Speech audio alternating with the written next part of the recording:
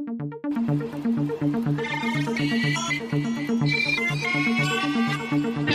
is a fifth dimension beyond that which is known to man. It is a dimension as vast as space and as timeless as infinity. It is the middle ground between light and shadow, between science and superstition, and it lies between the pit of man's fears and the summit of his knowledge. This is the dimension of imagination. It is an area which we call the Twilight Zone.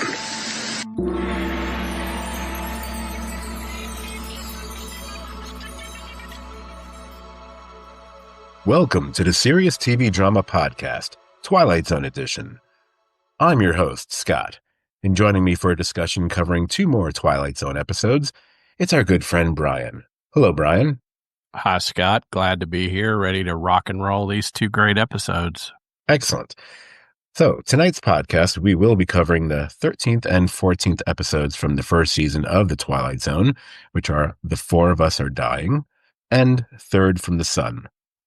So let's start with The Four of Us Are Dying. Now, this episode was directed by John Bram, who we've discussed on previous podcasts as the fellow who directed a dozen Twilight Zone episodes, such as Time Enough at Last and Judgment Night. You can get a more full background check on Mr. Bram in the podcast that covered Time Enough at Last. So let's move on to the writing chores for this episode. Now, this episode was written by the man himself, Rod Serling, but in fact, it is an adaptation of a story by George Clayton Johnson. I will talk more about that story later in the podcast, but for now, let's focus on the writer, George Clayton Johnson. Now, George Clayton Johnson knocked about the Midwest, specifically Wyoming, as a youngster. He dropped out of school in the 8th grade. He did a short stint in the Army, as many wandering and wayward teens did back then.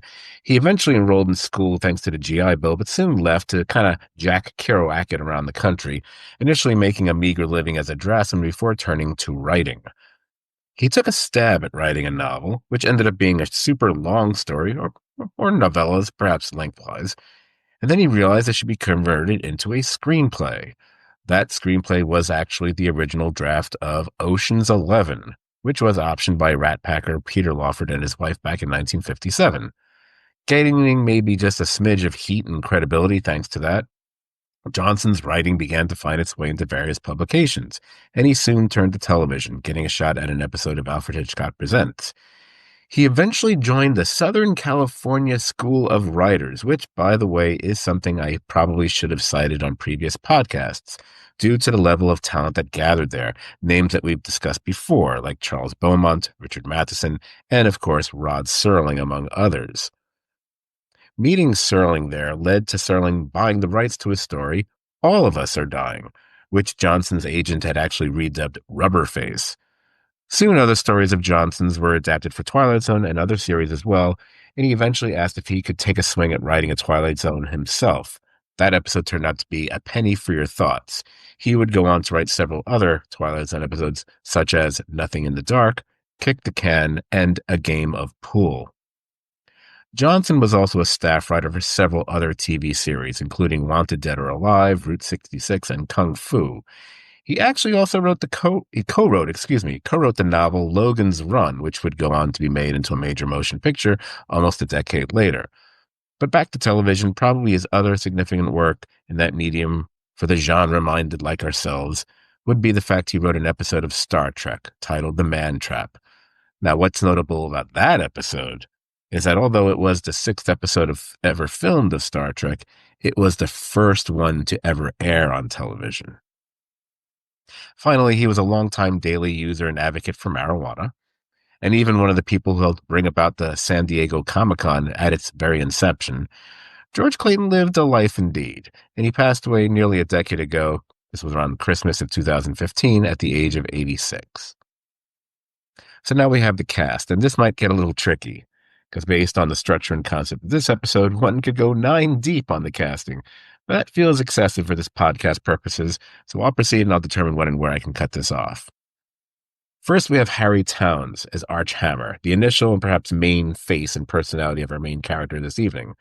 Towns was mainly a TV character actor. He had a few feature film appearances, but I'd say about 98% of his resume was based on television.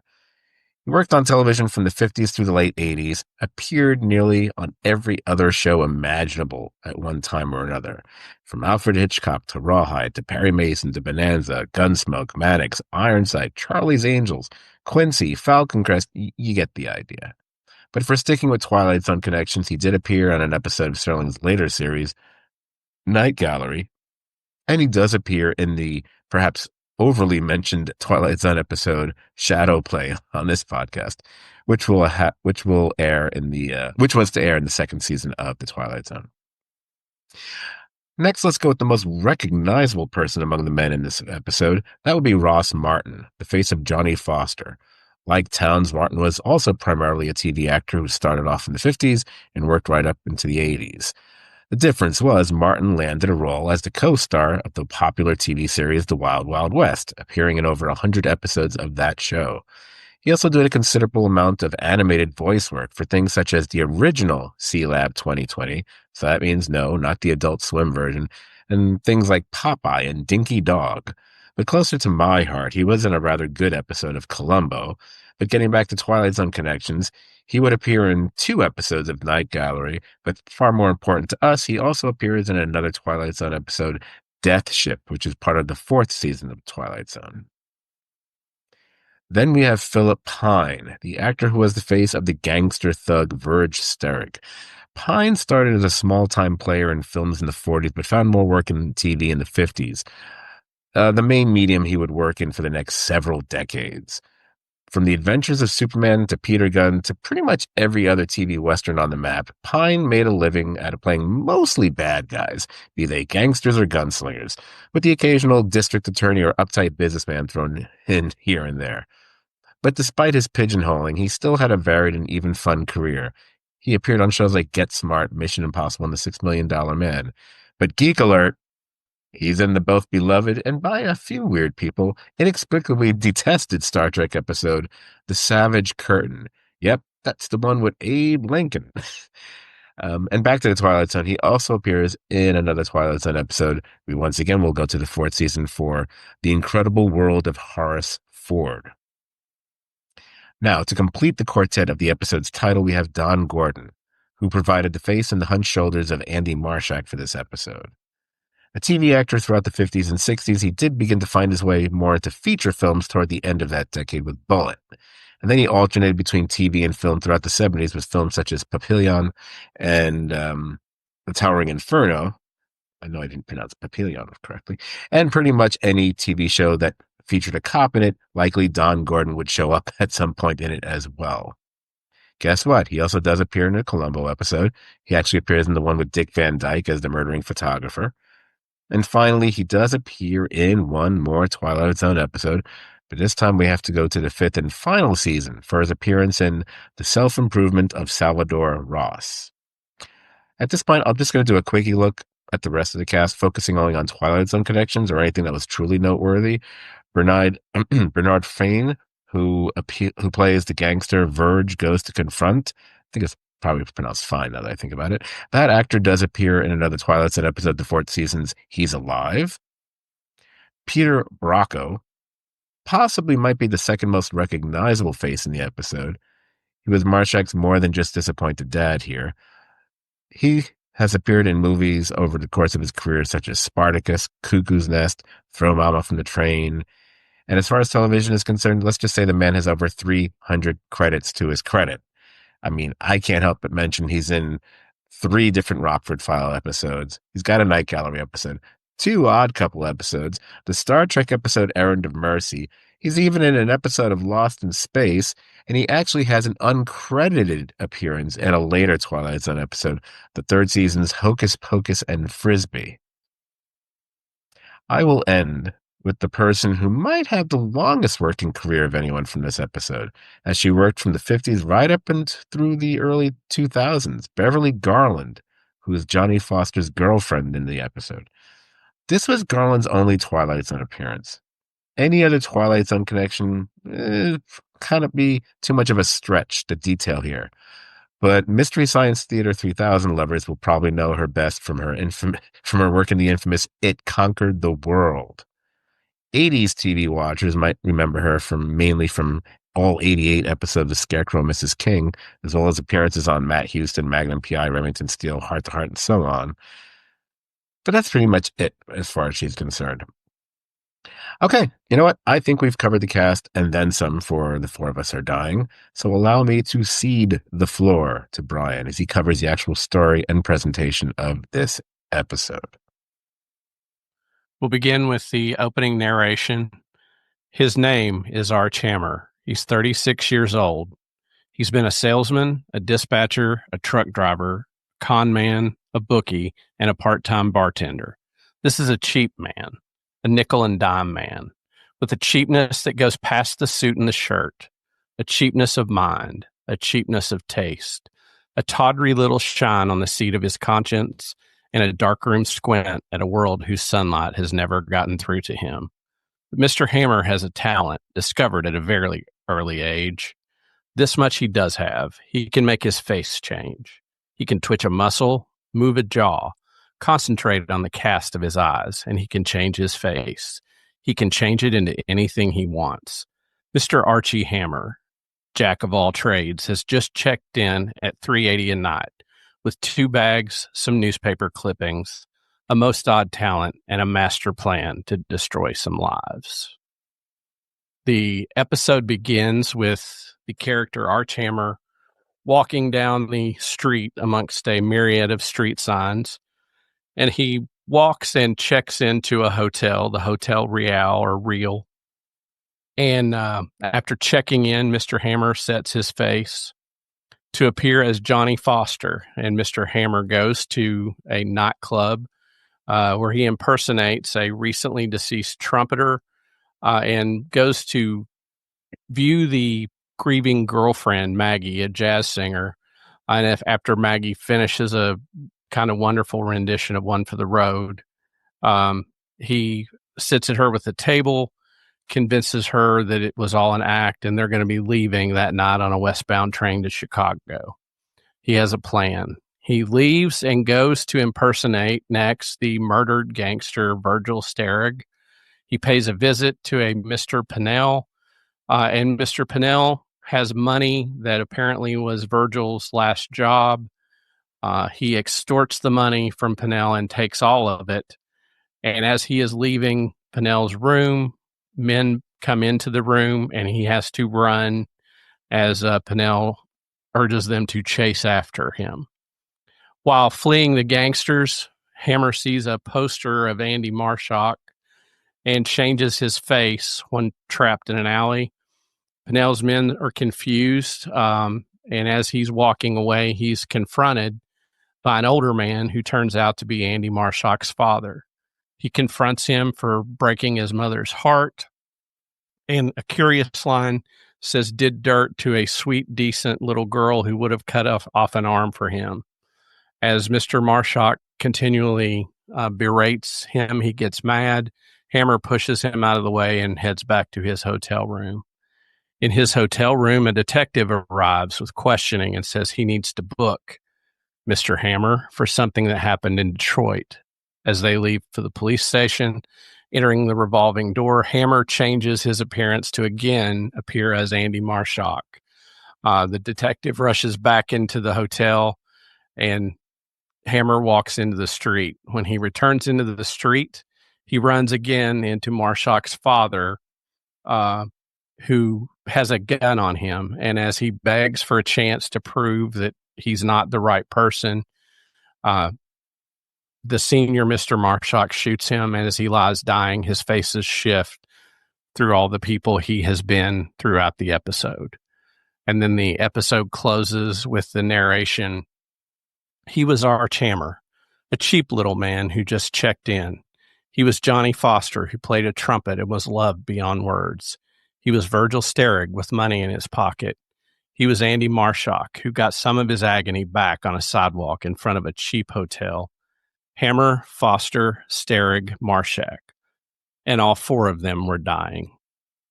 The end. And I'll begin our discussion, Scott, with an interesting bit of trivia I learned. And this was the first episode that at the end of the closing narration or during the closing narration, the Twilight Zone title card wasn't used.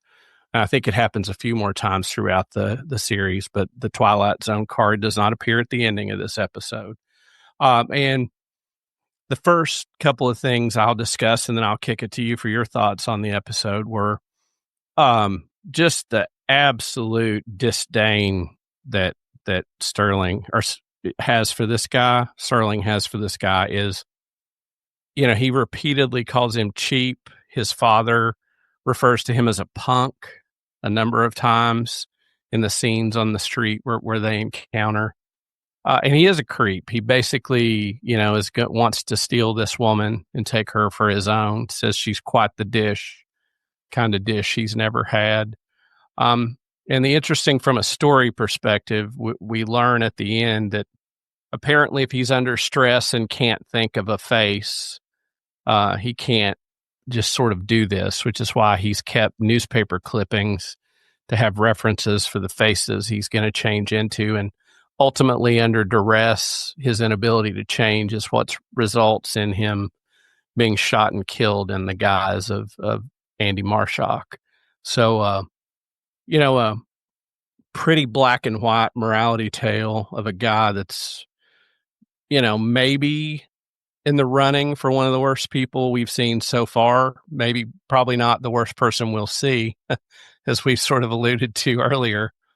But one of the early leaders out of the gate for a pretty terrible person, Arch Hammer. But a guy who used his talent for all the wrong reasons and ended up lying dead on the street. Couple of production notes. I love that sort of compressed set with all the signs flashing. Trying to read them all. I read a few of them, but the use of that, the use of light and dark. When he changes outside the jazz club, another trumpeter thinks he recognizes him and runs up, and he's shrouded in dark, and the guy lights his cigarette, and you see he's changed faces. And so a good use of practical effects to get around of some of the issues in this episode. And final thought, there was a thought to have one character play this part and use makeup, but the production team timed what that time would take to do the makeup, and with the little amount of screen time the other actors were going to be playing, they just decided to hire 4 actors, that the shoot would take less time than to have an actor go into the makeup chair to shoot the scenes. So that's how we got the 4 separate actors. But an interesting episode, probably not on anybody's list of the very best, but a pretty black and white morality tale where the bad guy gets what he deserves. Okay, so one thing I think, just to make sure you're phrasing with some more clarity there, it's the fact that they don't even mention the phrase "the Twilight Zone" in the closing narration is the oddity about that. What I love about this episode, and you were going through it just now, and you noted some really really great moments that I even forgot to take note of. So kudos to that. It's the very surreal noir elements that they use throughout the episode. Like all those floating neon signs, which is the kind of thing we've seen in whether it be old animated cartoons or just very, hopped up noir kind of things to show the passage of that you're walking down several blocks down, deserted streets, but with neon signs floating all around you. The use of shadows, the camera angles that they employ in this episode, and there's a consistent jazzy score used throughout the episode, which is also unlike the Twilight Zone. Also, you don't come across very many Twilight Zone episodes that actually feature a known song in them. And we all know that song. And I was like, oh, that's interesting that they're using and remember, this is 1959 when they were filming this, whatever. So that's kind of still a fairly popular song. It's not like it's a song from 50 years ago when they were doing it. It's only probably been around for a couple of years at that point. I kind of thought, it was a contemporary pop song. Yeah, exactly. Which is just, when you think about that, that's very unusual. I feel that as we go through a lot of these Twilights and episodes, I think once we get past the ones, the obvious tentpole icon, the more iconic, more well known, more oft seen ones, like Time Enough at Last, or one of the ones we're going to be talking about next week and next episode. I mean, I feel it's these more somewhat more obscure episodes that people don't talk about as much, which will just yield the more interesting kind of thoughts. Like an episode like this, where the main character, as you pointed out, he's not a good guy, you know. And you mentioned him being in the ring. We've already had a number of kind of bad guys, in the show. Only a few were the actual episode focusing on them. But like when you have an episode where the focus of the episode was on a Nazi, it's hard to top. Nazis Right. usually get the number one spot no matter what. Or the devil, or a Nazi, or Nazi devil, then this guy. And the silly geeky among us are like, oh, he's got like these clay face, false face kind of abilities. That's kind of fun. But I sort of remember seeing this episode before. So rewatching it here, I remember thinking in the past, I hadn't been able to focus on what the true motivations of the character were, but watching it again, I was like, okay, I think I get it now, because he's laying out this whole plan of how he's going to go about this.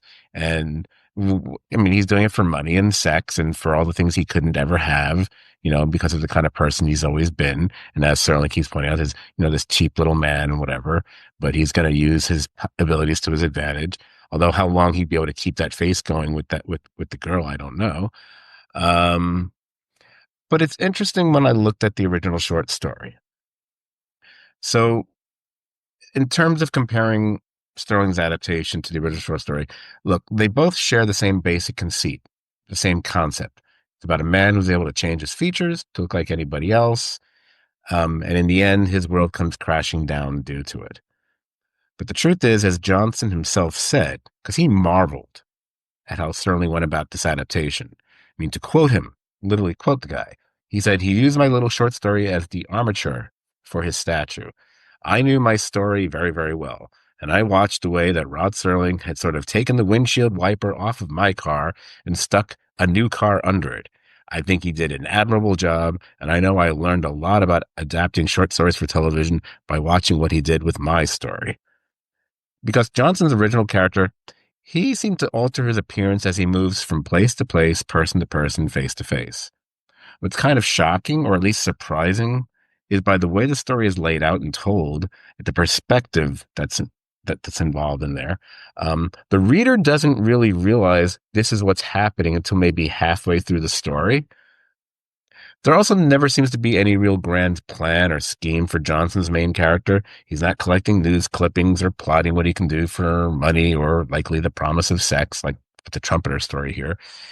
And the main character's death in that, not that being gunned down in the street is pleasant, but the main character in George Johnson's story, and he used to be known as George Johnson, so I left out Clayton on purpose there.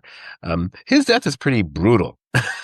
And it doesn't really have the feeling of irony or the poetic justice that Serling employs in his version.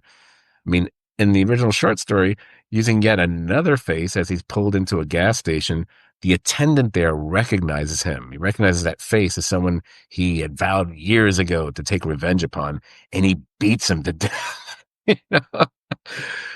So I'd say Johnson's story has more shock value.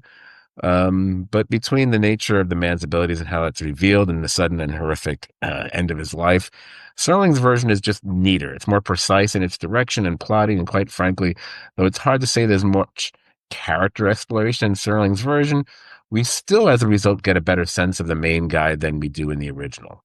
So I would say this is an instance where clearly the filmed version is an improvement upon the original story. It's a really dark story if you think about it, because I watched it 3 times in preparation for us to do this, and really the whole conceit of it was basically he was going to rape this woman, and he was just going to get the money to get out of town. And so, he got involved with these shady elements, a la, a film noir, and runs afoul but it's not the gangsters that get him. It's the little guy that, he pushes down. And I found it interesting in this episode that there's, a contemporary reference to what we call CTE now, that at first his father asked him if he's a little punchy, which is, what they said to boxers that had been hit too many times, and so I found that interesting. At first, the father, questions, is he not right in the head, but then thinks, no, he's just, the same con man he always was, that did these terrible things to even so far as saying, at one point he spit in his own mother's face. So, and that line, I mean, I don't know what it means, but to say, what he did to the little girl, like, could have been cheating on her, could have been, he roughed her up, could have been something darker, but, kind of the cosmic comeuppance that he picks a face on the outside that reflects who he is on the inside, and that results in his death, because he, even in that instance, plays a monster. And that's what the father calls him. One of the last words he says to him, he says, punk, a cheap punk, there he goes, Andy Marshak, the monster. So, interesting flourishes and touches. And, to talk about economy, a lot happens in this little episode. A lot of, like you said, a lot of actors, a lot of people pop in just for short periods of time and to move the plot. So, we don't even know really anything about the detective other than this guy, probably fled Detroit after pulling some stuff there and has a warrant out for him. But it makes you think, either they're on his tail, or the clerk, had an in with the police to tell people when whoever checked in the motel. But, a real economy of storytelling. And so it was interesting, and a really dark story where the bad guy, maybe he might be the worst bad guy in the whole thing, and he gets it. And with that, let's get into my little checklist at the end here. We know who wrote it. Serling, adapted from George Clayton Johnson. Now the tone, I'm going to go dark, mysterious, noir, certainly. Serious, not many laughs to be had in this episode, that's for sure. The different tropes, and one occurred to me while we were talking here. So I'll just go through some of the sillier ones. Like, you always love when hotel or motel rooms are being used in Twilight Zone episodes. That they're very popular in Twilight Zone episodes. It's always. I always find it because a hotel or motel room always implies it's a temporary lodging. It's someone who's not fixed in life, and they're in motion. They're either on the run or they're going somewhere. They're in pursuit of something. There's something about them, and that's what I always think that's what makes it an interesting place for action to happen in a story, be it a TV show or movie, or even a perspective screenplay. Do you have a person with otherworldly abilities? Because we have many of those on the Twilight Zone. We have the whole issue of the concept of identity, which is also very much at the heart of that character and the multiple identities he employs. And, does he actually even have his own identity at a certain point? Whenever guns come into play, we got to mention guns. So we have a gun, we have death, we have film noir, we have musicians. And by the way, I also forgot to write down, but I know that based on seeing the poster of Andy Marshak in that alleyway, and him being told that he was punchy, that Andy Marshak is a boxer. And as if someone had listened to our very first Twilight Zone podcast, Serling has an affection for using boxing because of his own background in boxing during World War II. So let me get to the grades I have for this episode. The ending. The ending is quite nasty. I remember initially wondering why he wouldn't have been able to change his face, and actually just talking about it and watching it and kind of clarify that more, his inability to concentrate and why he had those clippings and such. That's not an aspect really as much in the original story as it seems to be here. But whatever. I'm going to give an 8 to that ending because, it's a dark story with an even darker ending. And I love the shifting of the faces. Almost, 20 something years later or 30 years later, no, 20 something years later, makes me think of like when, You see The Thing at the end, the John Carpenter movie, how you see at one point you see all the different forms it had taken, while it's writhing in agony and burning and such. However, the overall episode, I'm actually going to drop that grade down from the 8. I'm actually going to give it a 7. Only because I never felt, even with the rewatch, even reading the original story, which probably didn't help in terms of the episode, I don't know if I ever got a true handle on the Archhammer character. And I get maybe that's the point, that he's a cipher. He's a vacuous void. He's empty. There's nothing to see or hear there. That's probably possibly all true, but it really didn't inspire me to go much higher on the grade. So that's, again, 7's not bad. I've given an episode a 5 already, so we know. But I think there has to be some more space between episodes, grade wise, as we go through all these episodes. So that's why I'm falling here. But I did that lovely dark ending. I did give an 8. It is a lovely dark ending. Next on the podcast, we'll give you a lesson in astronomy, but the kind of lesson not taught in schools. Fritz Weaver, Edward Andrews, and John Morose appear in Third from the Sun. This is a story that takes place on the eve of Doomsday. I hope you'll stay with us on this podcast. Thank you, and, well, I'd wish you a good night later, because now I have to get to Third from the Sun. That's me redoing Serling's. Now, this episode was directed by Richard L. Baer, a man whose major output throughout the 40s and back and forth in the 50s was a long-running series of comedy shorts, with the title almost always starting with, "So you wanna?" Although there were so many variations, like, "So you think?" or "So your wife wants?" "So you're going?" and so on.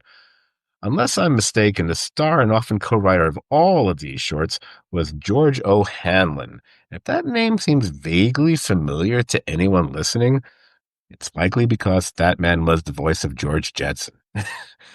Back to Baer. Honestly, outside of those shorts, Baer was mainly a journeyman director for various TV series. Most likely, his most acclaimed and accomplished work was for The Twilight Zone, as he directed 7 episodes overall, including another one this season, The Purple Testament, but a couple of truly iconic ones over the next 2 seasons with Nick of Time and To Serve Man. Once again, we have an episode written by Rod Serling that is based on a short story by the late, great Richard Matheson. That story's title was also Third from the Sun. I will talk about that a bit later. So we have the cast. We start with Fritz Weaver as our main character, William Sturga. Weaver was a character actor of stage and screen with a long and storied career. Many might recognize or remember him from films such as Failsafe, The Day of the Dolphin, Marathon Man, Black Sunday, Creepshow, and that Pierce Brosnan, Rene Russo remake of The Thomas Crown Affair.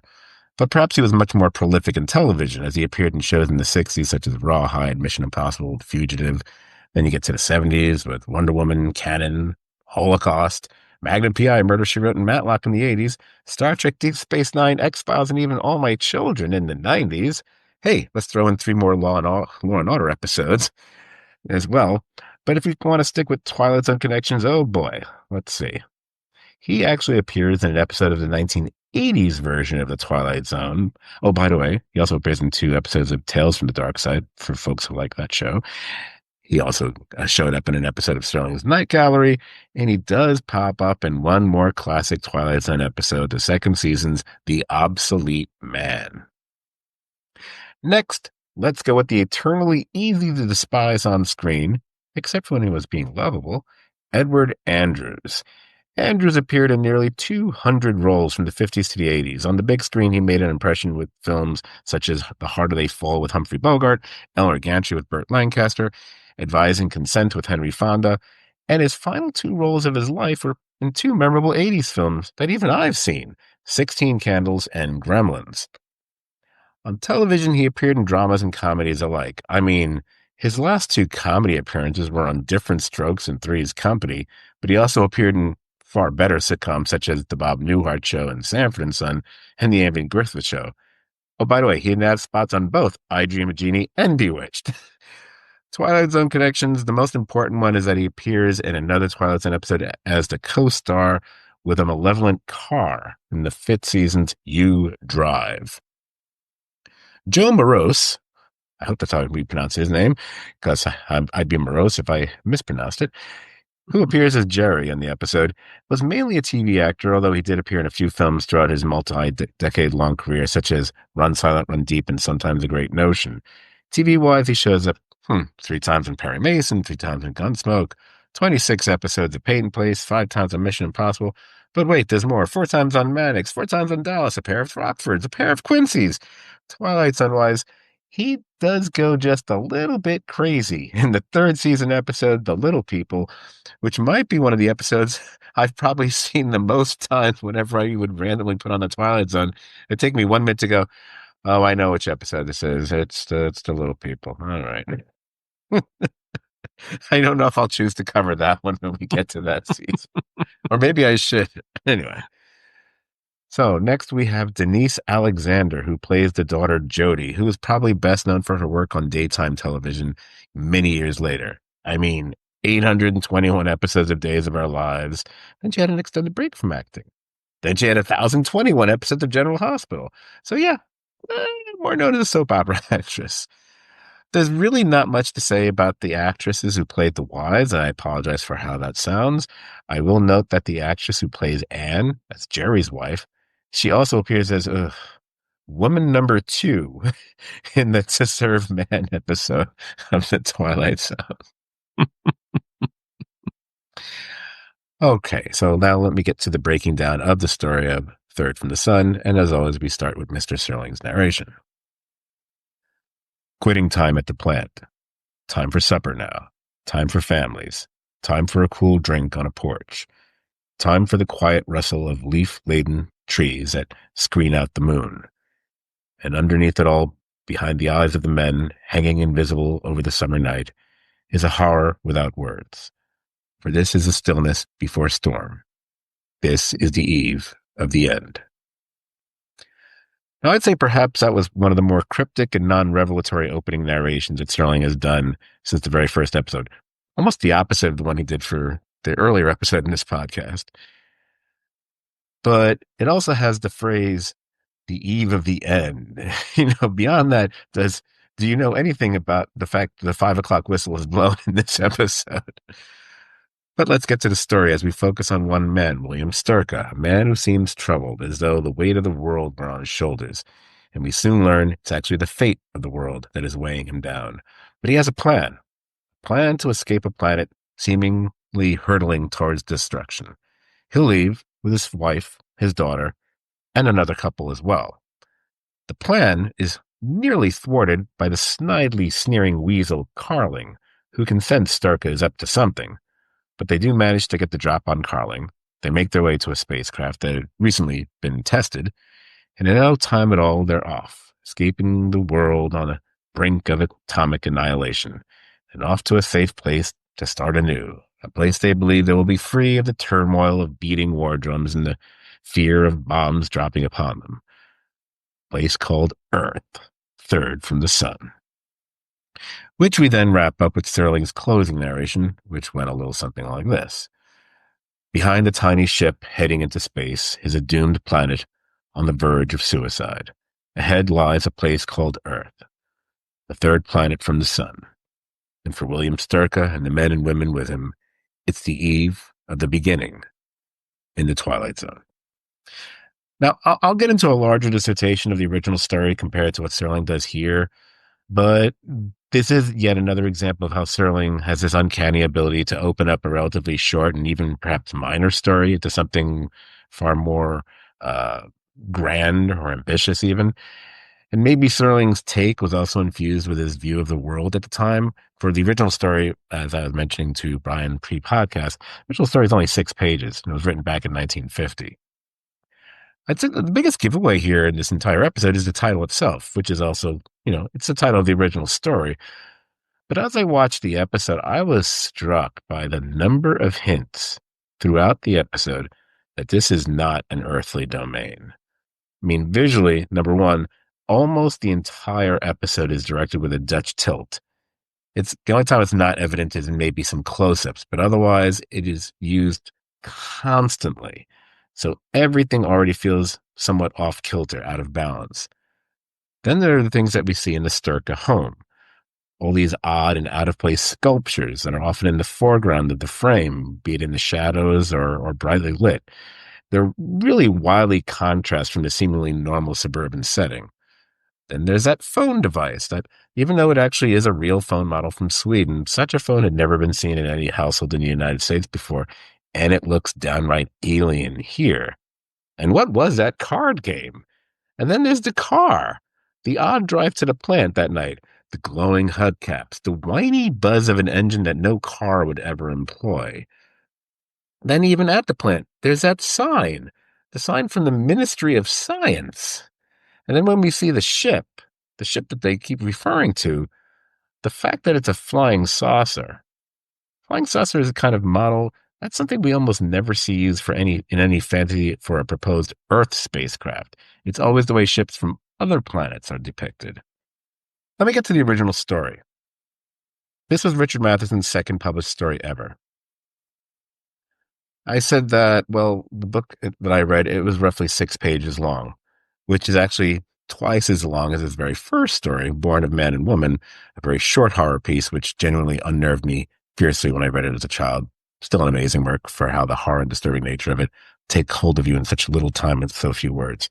That was horror. This is science fiction, which means this is Richard Matheson's first foray into science fiction. His story starts right off with the main character, who, along with everyone else in the story, is never given a name. We know right off the bat he and his wife are planning to escape the planet, but it's a planet that he feels is guaranteed to meet its end in a year, maybe 2. So the end of the world is not exactly imminent, and that's kind of a major difference. Our main character, he's also the pilot. They have a young son and daughter. They've also invited their neighbors to come, but this is purely because their neighbors also have children, and his concern is to keep the human race going because he doesn't want to interbreed. Because literally, the only reason the neighbors are going with them at all is because they're going somewhere where they think there's no other human life, so they're basically going to be starting the human race over again. The clues in the story that this is not Earth are very faint and subtle. It's more about the choice of words. As you're reading the story, you'll notice, if you take the time to think about it, he used the word eating utensil instead of fork here. Interesting. They referred to a ramp where one might have logically had steps. They referred to doors a couple times sliding open or shut, as opposed to way doors normally work in people's homes, especially their front door specifically. But beyond that, that's really mostly it. There are no other major giveaways. It's not until we reach the end of the story, after the ship is taken off, the main character is talking to his neighbor about some interstellar charts, and he's asked which planet they're going to. He points to that small one there, near that moon. This one? Third from the sun? That's right, that one. Third from the sun. It's the very last words of the story that reveal the situation, which is a little bit different than what we do here in this adaptation. Now, Matheson actually wrote this entire story on both sides of a sheet of legal pad paper. He wrote it in the library of a local YMCA in downtown Brooklyn, sold it for $50 way back when. Again, it's far shorter and simpler than the Serling version. Serling's is more of a commentary of the times, with Cold War fears creeping and peeping their way through into our lives. I don't think Matheson's story really was about that specifically. I mean, hell, Matheson's story doesn't even have a villain. It's just a few people who decide to get up and go. Serling really fleshes out the ideas here, though. He sets up more immediate stakes and a grander bit of bitter irony, both of which are somewhat lacking in Matheson's version, which only outdoes Serling in the icky, creepy, wait, they're hoping their kids will eventually mate with each other? So, again, I love the economy of storytelling with Matheson. That's one of the reasons I think Matheson might be one of the greatest short story writers of all time, because he can, complete an entire amazing tale in just a few pages, and most people barely get their introduction going within a few pages. But Serling had that really nice ability to take something which was an idea It's almost fragments of a story and then flesh it out more entirely.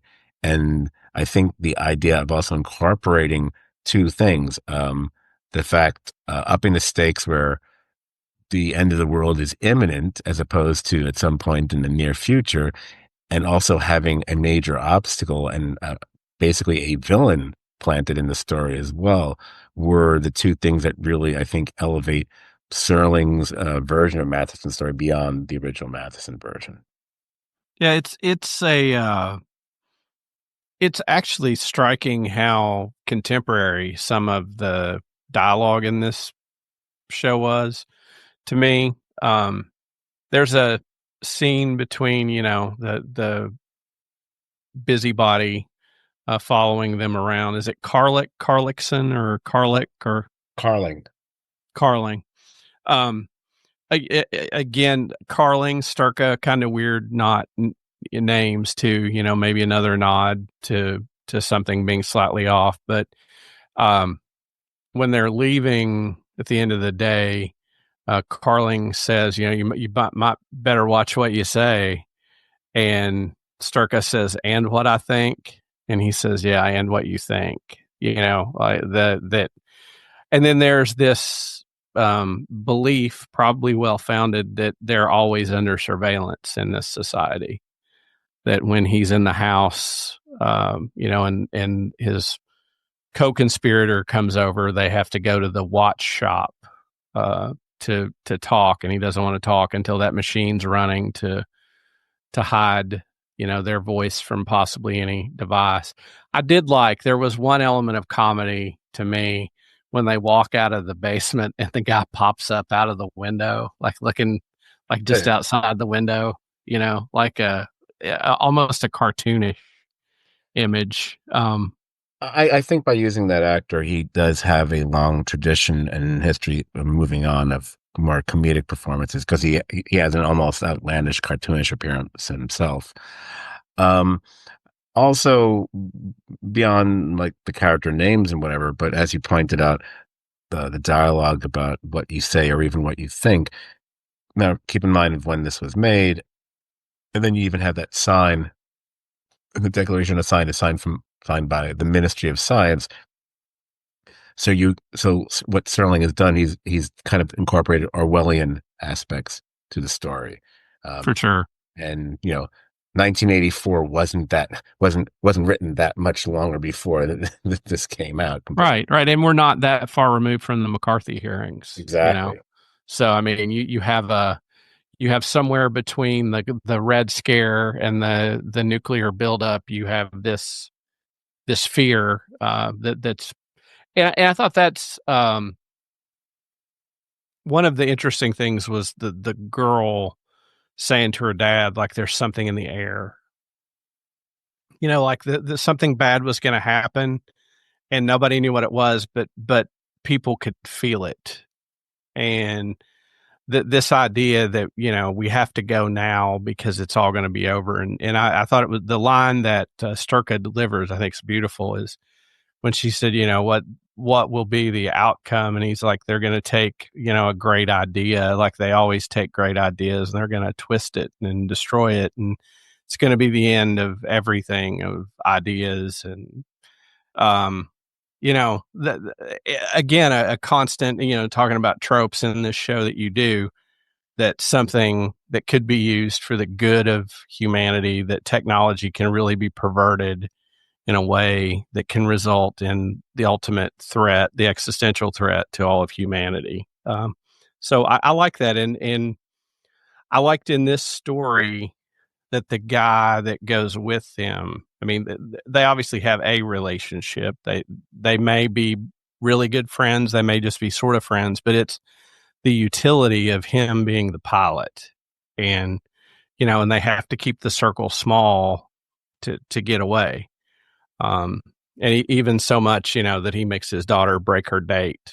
And, I think if some teenage girl had to hang around with their parents playing cards and serve cake nowadays, that would be quite the crap show. But the idea we just have to keep this very small group get out and not tell anyone, and everybody has their thing. And another great touch, one of my favorite images in this show is when Carling picks up the tally card from the card game, and on the back are the calculations that they've done about where to head, the pilot has done.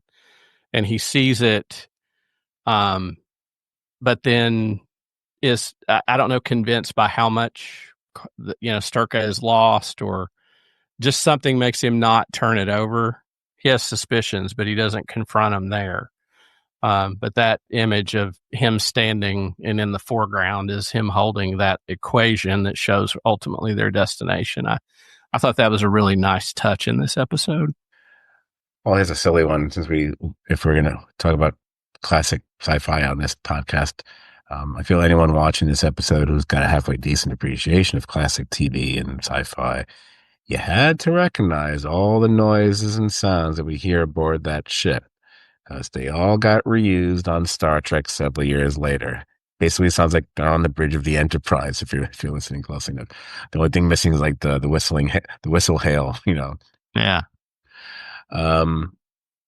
Now, and also the fact that this was, while it wasn't the first science fiction episode of the Twilight Zone, it is technically the first time aliens are on the show. Because congratulations, Fritz Weaver. Technically, you're the first alien to appear on the Twilight Zone. I'm ready to get into the checklist for this now at this point. So again, we know it was written by Serling and adapted from a Matheson story. The tone, it's definitely tense suspense. Is it mystery? Are we supposed to be wondering anything about where they really are, where they're really going? I feel that's up for debate, so I would not necessarily include that, although if you're just by using the word suspense, that implies mystery anyway. Tropes. Lord. Well, beyond sci-fi, you've got aliens, you've got spaceships and flying saucers. Is this Earth? That will be a thing we'll see on the Twilight Zone more than once. When the reveal is, it is Earth or it's not Earth. That will be at the core of a few really famous Twilight Zone episodes. We've got Cold War style paranoia. We've got the fear of the bomb. We've got suburban madness. We do get a gun. Is it fired? Is it even a regular gun? I don't know. Then we have the ending. Okay. The ending. The ending is okay. The sad irony of leaving one place about to blow itself up for another planet that may be poised to do that pretty soon as well. Yes, it does work to an extent. It probably maybe even better than in Matheson's original story. I think this is one of the times where perhaps that hits harder because of when this was made. Because the Cold War fears of 1960 we're in the era of kids doing drills and hiding under their desks and stuff like that. So perhaps it hits harder than it does now. But I can only watch it with the eyes I was given now and not eyes that I would have had in 1960. So I'm probably going to be a much harsher critic this time around and go lower than many of my previous grades. I'm actually giving the ending a 7.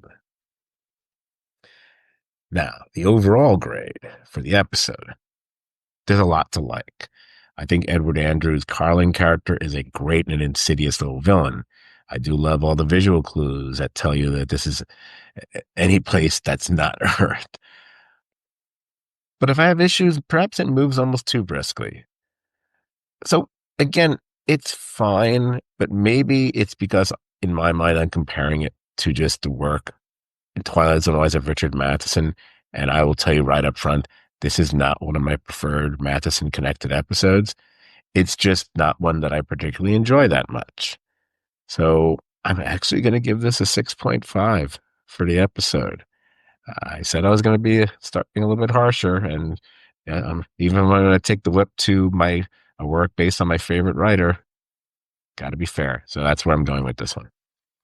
Well, my final thought before we end is I think probably the interesting conceit of this is on some level an exploration of the Fermi paradox, that the reason Earth hasn't made contact with other societies is that often when societies get to a certain point of technological advancement, there's a belief that something inherent in any type of organizing society can lead to destruction.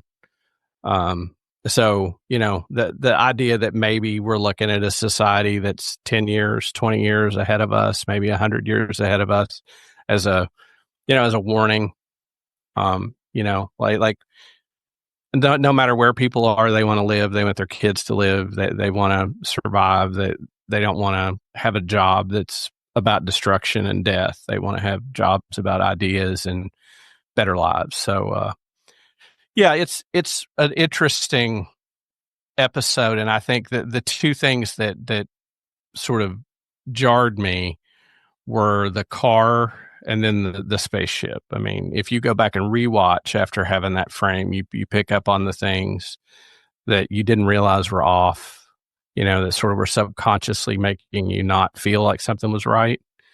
But, a good episode, not Matheson's best, but a good one.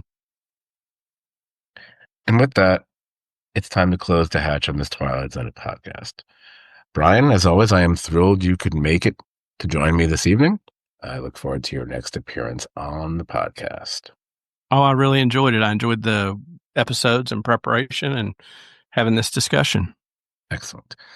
As for you, the listeners, the next Twilight Zone podcast, which will be in about 2 weeks' time or so, Professor/Dr. Joe will return to the podcast to cover the next 2 Twilight Zone episodes from Twilight Zone Season 1. We will be taking aim with the 15th episode, I Shot an Arrow into the Air, and then we will thumb our way through the creepy classic 16th episode, The Hitchhiker. I hope you all will join us then. Thank you, and good night.